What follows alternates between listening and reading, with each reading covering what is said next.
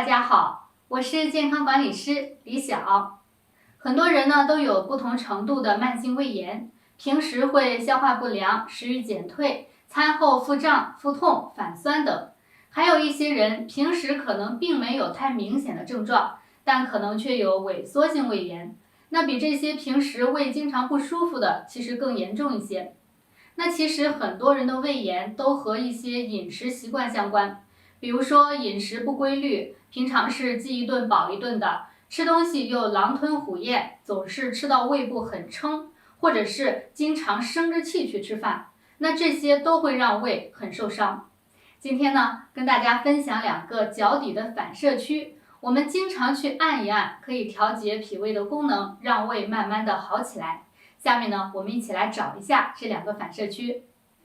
第一个反射区是腹腔神经丛反射区，它位于我们脚底，在我们第1到第4脚趾下面的骨突处，在这里，也就是我们这个大脚骨的这个下方，大概呢就是涌泉穴周围的这个区域，是一个椭圆形的区域。大概就是在这个位置。好，那么找到这个反射区之后，我们呢把一只手的食指、指关节曲起来，在这个区域进行顶按，可以慢慢的增加力度，自己去感受一下，把这个区域呢都把它按揉到。好，重复按压这个区域3到5次。腹腔神经丛位于人体腹腔各器官的周围，是支配人体内脏活动最大的神经丛，它可以调节肠胃功能。好，按压3到5次之后呢，换另一只脚，双脚都要按一按。按压腹腔神经丛的反射区，不仅可以调节胃的问题，我们腹腔内其他的器官问题也可以调节，它可以整体的去调节中焦，包括肝胆等，所以呢，可以全面的调节我们的消化系统。如果家中呢有一些按压用的点穴棒或者其他的小工具，咱们都可以去使用。如果没有的话呢，我们就用自己指关节去按压，是最省力的。好，那么第2个反射区呢是胃的反射区，于我们脚掌第1指骨指关节后，也就是呢在我们大脚趾下面呢有一个大脚骨，这个比较明显的凸起的骨头是我们第1指骨的指关节。那么在这个指关节的后面，大约呢是1横指的这样一个宽度的距离。好，我们画出来。好，那么大约呢就是1横指的宽度，这个区域就是胃的反射区。胃的反射区，我们还是用食指、屈指，用指关节进行按压。好，那这个力度咱们自己掌握，由轻到重，自己去试一试，找到一个合适的力度。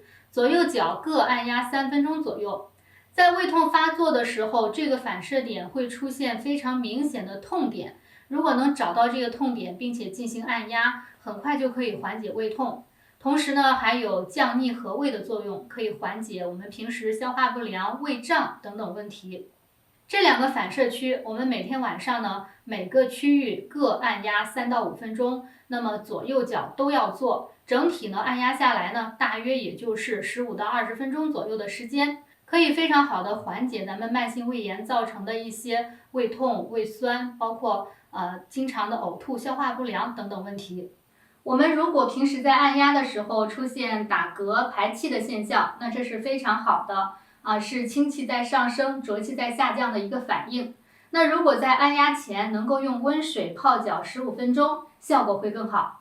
同时呢，平时还要注意双脚的保暖，像现在春天的天气变化不定，大家就不要把脚踝露出来。那此外呢，我们的日常饮食，很多人认为只要不吃凉、不吃辣，就算是很健康了，不会伤胃了。那在这里呢，还要提醒大家我们不要吃撑。大家想一下呢，我们总是把胃撑得很大，胃也是会出现伤痕的。很多人在吃饭的时候，如果剩下一点，会觉得浪费，总是会勉强自己一定要吃完。其实这样呢，就非常的伤胃。我们不如做饭的时候少做一点，饿一点呢，比撑一点要好得多。那今天的内容呢，就跟大家分享到这里。